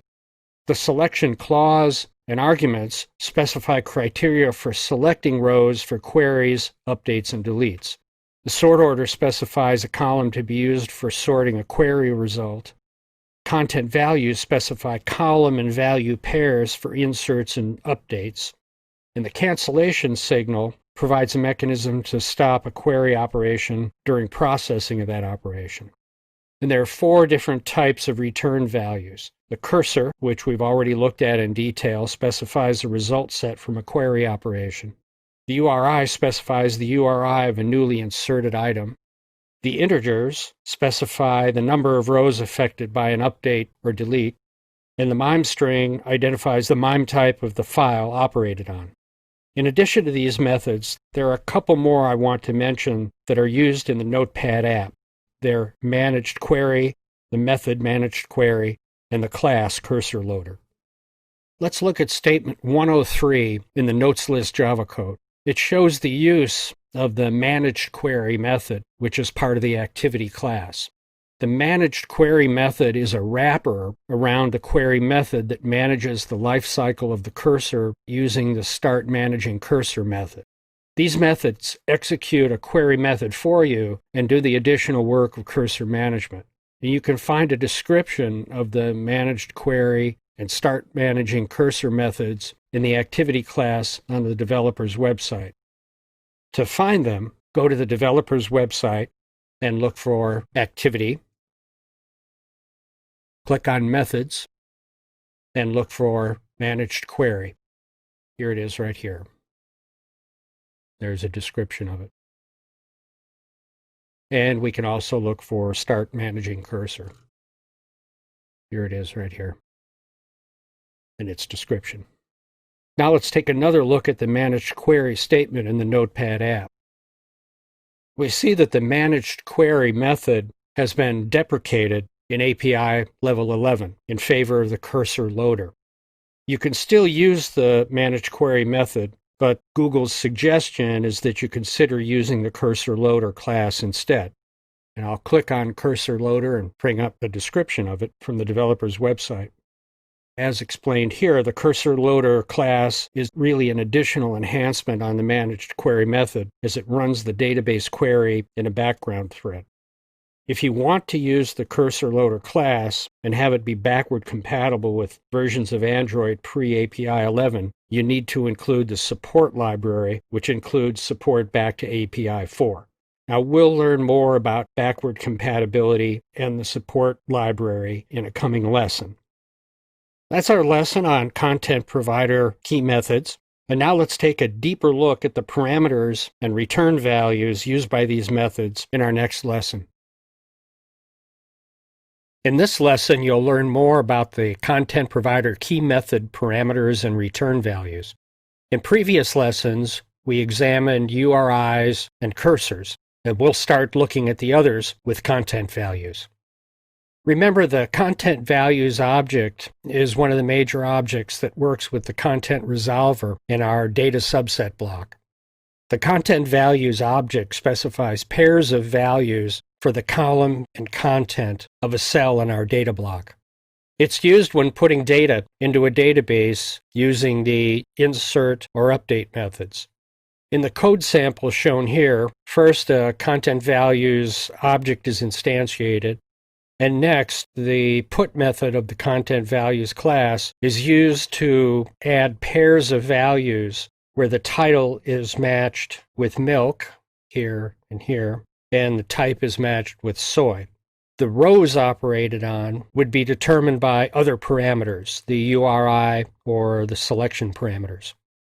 In the note editor Java code, let's look at the insert method use of content values. Note editor is one of the content interface activities that initiates database actions. In statement 539, a content values variable is defined with the name values. Then down at statement 573, the put method is used to add the combination of column name note and a text string to the content values object. In statement 586, the values object is used as a parameter for an update method. Now let's move on to the selection parameters. There are two selection parameters, clause and the arguments. The selection clause specifies column names using a string as shown here. It's formatted as an SQL where clause, excluding the where word itself. Now we can make compound designations like the one shown here using the AND keyword. Remember, we'll learn more about SQL in the lessons on database. And we can include optional designations for arguments for matching specific values. It's done by including question marks, as you see here. These question marks are matched up with the corresponding parameter in the argument string. The matching is done based on the order of the values. So for example, title is our first column, and it's matched with the first argument, milk. And type is matched with the second argument, soy. So rows will be selected that have a title of milk and a type of soy. Note that the Notepad sample app doesn't include a type column as I've included here. I'm using one here to help demonstrate some of the parameters. If our data set looked like the example here, where there was one row meeting the criteria, that row would be selected for the query, update, or delete, depending on the method being used. Note that the selection clause is a string, and the selection arguments are a string array. The selection arguments can be null if the URI singles out a specific row.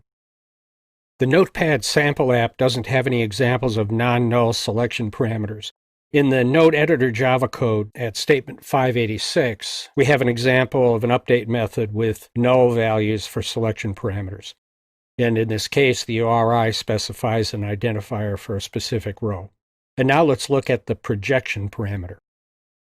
The projection parameter tells the query method what columns to include when it pulls rows from the database. Note that these columns can be different than the columns used for selecting rows. In this example, the ID and title columns are being selected. The projection is defined as a string array. In the Notepad app notes list Java code in statement 59, a projection is defined as including the ID and title columns. It's used for a query in statement 105. The sort order parameter tells the query method what column to use to sort the results of a query. It's defined as a string. In the Notepad app notes list Java code in statement 108, a sort order is used in the same query we just looked at. The value for the default sort order constant is defined in the Notepad Java code at statement 124, and it's defined as modified DESC. The cancellation signal class and object provide the capability for a content interface function to stop the processing of a query method while it's still retrieving data. This is useful for stopping long-running queries if there are problems for some reason and there's no need to finish. Cancellation signal was introduced in API 16, and if you need to retain compatibility with releases before API 16, you need to implement a version of the query method without it in addition to the query method that uses it. To create a cancellation signal object, use the constructor as shown here. And to cancel a query, use the cancel method as shown here. Cancellation signal isn't used in the Notepad app. MIME type, which is a return from the getType method, provides information about the file type. And there are two groups of MIME types, standard and vendor-specific custom. In Android, you can use either. The general MIME type format is type, subtype, and optional parameters separated by forward slashes. Standard MIME types are entities like application, audio, image, message, text, and video. Sample text subtypes are calendar, plain, HTML, and XML.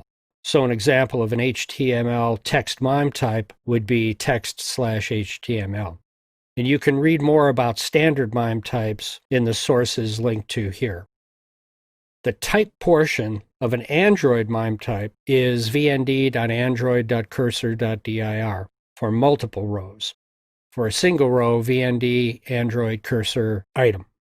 A subtype example is vnd.google.note. So an example of a full MIME type would be, as shown here, vnd.android.cursor.dir/vnd.google.note. And you can read more about the Android MIME types at this source on the developer's website here.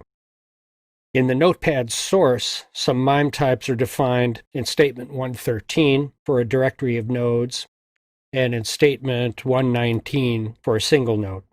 In the Notepad provider source, at Statement 341, the MIME type is chosen based on the URI. For example, the single node MIME type is returned for a note ID URI. That's our lesson on the content provider method parameters. And now on to a lesson on how to apply the content provider methods in your content interface and content provider modules.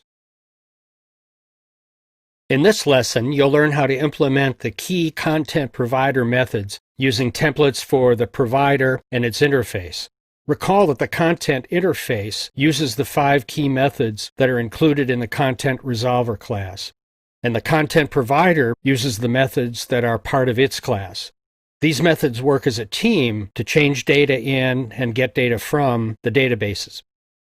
What we need to do is be able to implement code in the content interface and the content provider for each of the methods.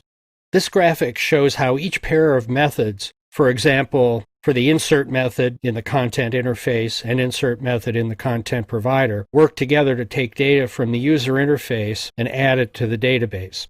Each of the 5 methods works in essentially the same way, except the parameters and return values are different. After we go through this graphic, I'll show you the actual code templates. Hopefully, this conceptual graphic will help you to understand the code. The concepts will make more sense when you put them side by side with the actual code. The content interface is collecting inputs from the user interface to create parameters for method execution. And the return value it sets up can be sent back to the user interface. On the content provider side, notice that the methods are overriding the methods in the content interface, which are actually content resolver methods. The parameters used by the content provider methods are passed through from the content interface. The net effect of all this is the execution of methods accessing the database. This should all start to make more sense as we look at the code, so let's get started. We'll start with the content interface. The way these templates are set up is that you would make changes to them depending on the access method you're coding: query, insert, update, delete, get type. So in the first section, you'd create the code to generate the parameters necessary for, let's say, the insert method. And you might consult our table of parameters to see that for the insert method, you need the URI and possibly content values. So the code to create those would go here. Next, you'd define a return value for, say, the insert method, which, as we see here in the comment, is another URI. So you could use the statement as shown here: URI mReturn equals new URI. Next, you'd code the statement to execute the appropriate access method in the content resolver, say insert. You'd substitute insert for access. Then you'd include the appropriate parameters. For an insert, those would be URI, mURI, and values, or the parameter name mValues we're using here. And these, once again, would have been defined up top in our first code section. Now let's take a look at the companion methods in the content provider. First, you'd use the URI matcher class and methods to take any actions needed for a given URI. And this would be highly application dependent. We've already looked at the Notepad app and seen what URI matching was done there. Next, you'd define the code to override the method in the content interface content resolver that we looked at in the previous code. To do this, you'd make a couple of substitutions. First, changing return to the type of variable needed. So for an insert method, it would be URI. Second, you would change the access type to the type of access, for example, insert. So here it would be URI insert. Then in the parameters, you'd include the appropriate parameters for the method. So for our insert method, it would be this URI and content values. Next comes the body of the access method, which is detailed in the next graphic. The body begins with defining a return variable for the database operation. So you would select one depending on the type of access. For an insert method, that would be URI. You'd define URI and return. Next, you'd perform the database operation, substituting the access type, for example, insert. And then you'd use the parameters appropriate for that operation. We'll leave the discussion of these operations for our chapters on database. Next, you'd perform notification depending on the access type. For example, using the notify change method for an insert access. And notifications let other methods know when changes have taken place in the database. For example, methods that are listing results in the user interface. And finally, you'd return the results from the database operation. And these results end up going back through to our content interface and then possibly on to the user interface. As an additional aid to understanding this flow of data through methods, the developer's website has some examples for each type of access. So if we look at the content provider page in the API guides and click on implementing the content provider class, we see a discussion of the methods and some code samples. Now let's look at an implementation of one of the methods in the Notepad app. We'll use the update method. In the Notepad app, content interface activities are spread over the notes list, note editor, title editor, and Notepad Java files. In the note editor, at statement 586, we have the update method applied to the content resolver obtained using the getContentResolver method.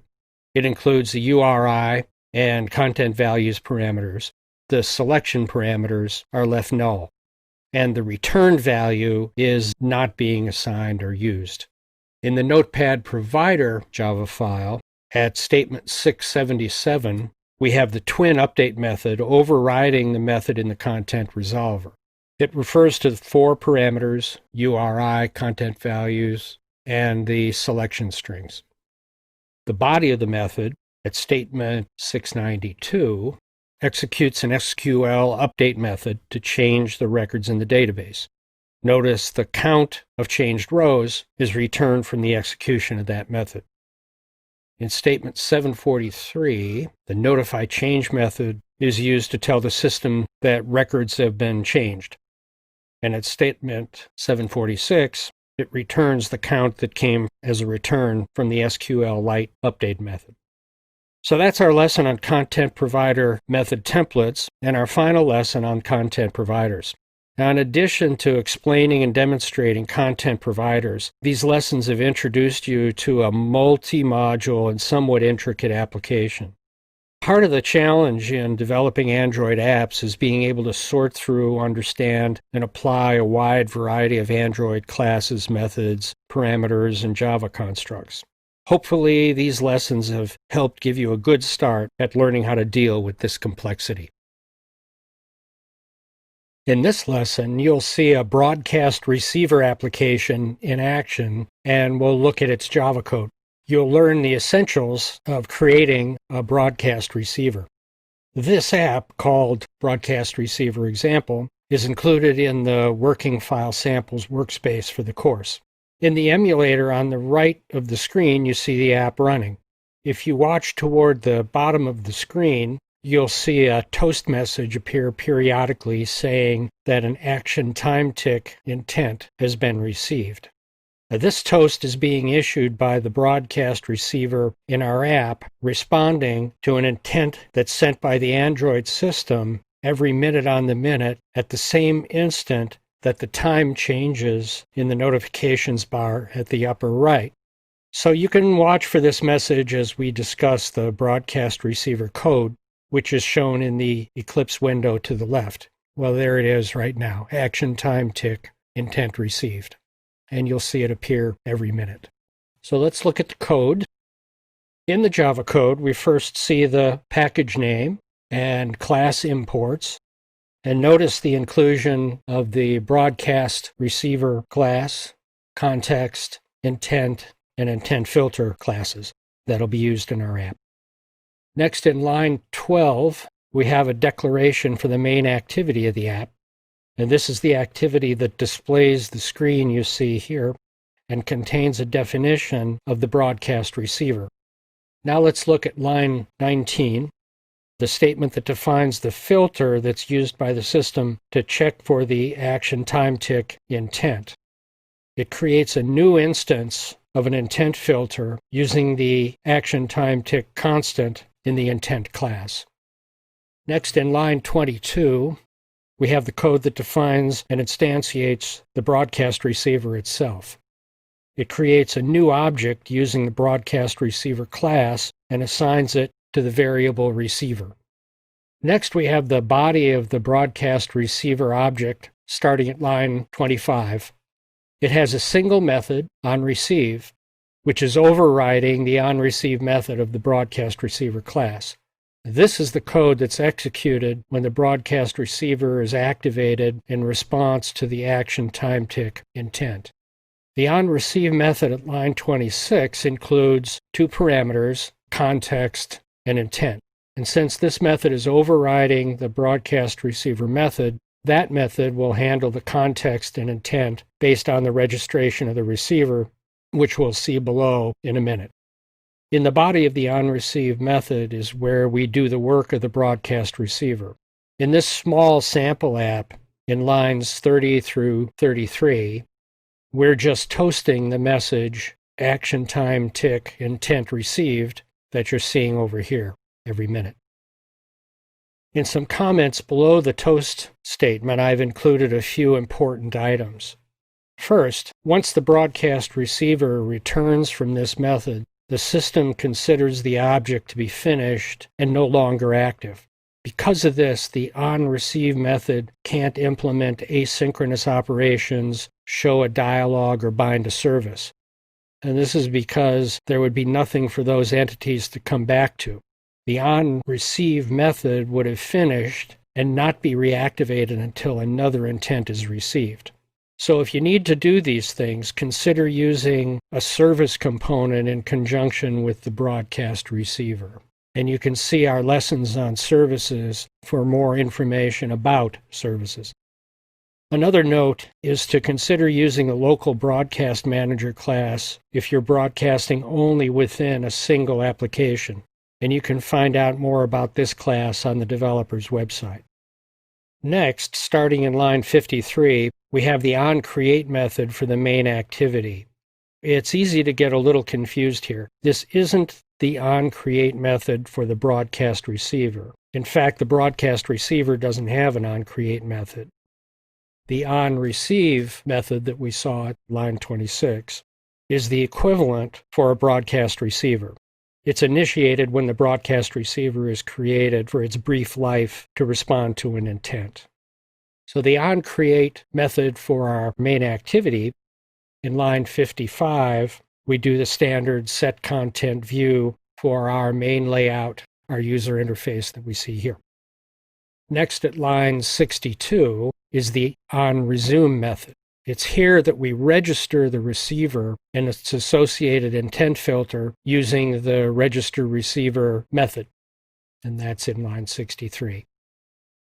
If you recall from the life cycle of an activity, the onResume method, shown here, is executed after the onCreate method and when an activity is resumed after being paused. And note the position of the onResume method in the total life cycle. Since it's executed both after an onCreate and after an onPause, it's a good position for registering our broadcast receiver. Per the note at line 58, in some cases, receivers can be registered using XML code in the manifest. Consult the developer's website documentation for the individual intent to determine if the manifest can be used for registration. The action time tick that we're using is one of the intents that can't be registered via the manifest. So if we look at the detailed description of action time tick on the developer's website, we see the statement that the manifest can't be used. You cannot receive this through components declared in the manifests, only by explicitly registering for it with the registered receiver. Finally, in our main activity starting at line 68, we have the onPause method. In this method at line 69, we unregister the receiver to remove an unnecessary load from the system. So that's our look at the broadcast receiver application, and we'll examine some of the classes and objects broadcast receivers use in the next lesson. In this lesson, you'll learn about broadcast receiver classes and objects. Broadcast receivers are one of the 4 Android components, along with activities, services, and content providers. The process of sending, managing, and receiving broadcasts works like this. Broadcasts can be sent by either the Android operating system or user applications. There's a series of different send broadcast methods used for different types of broadcast circumstances. So if I click on the link below to the send broadcast methods, we see the first in a series of send broadcast methods. The first is the most basic and uses the intent as a parameter. Now, this is followed by a lot of variations, which are built on a number of alternative choices. Some of the variations are shown here as user, ordered, sticky, and receiver permission. The receiver permission is implemented through the inclusion of a parameter, and the others via different method names. As user allows you to specify the user the broadcast will be sent to. Ordered delivers the intent to receivers one at a time. Sticky allows the intent to stay around after the broadcast is complete. And receiver permission allows an optional required permission to be enforced. And a simple example of a send broadcast using a custom intent is shown here. First, the intent is instantiated. An action for the intent is specified. In the example here, I've used com.donkcowan.specialaction. And finally, the intent is sent via send broadcast. The intents sent by send broadcast methods are managed by the Android operating system. There are 2 groups, standard and custom. If we click the link below, we see the developer's website page for intents. If we scroll down, we see the list of standard activity actions. And below that, standard broadcast actions, and here's our action time tick intent that we used in the sample app we looked at in the previous lesson. For an example of sending a custom intent broadcast, see the example on our Sending a Broadcast graphic. And for more information on intents, please review this page with the link here from the developer's website and also our previous lesson on intents.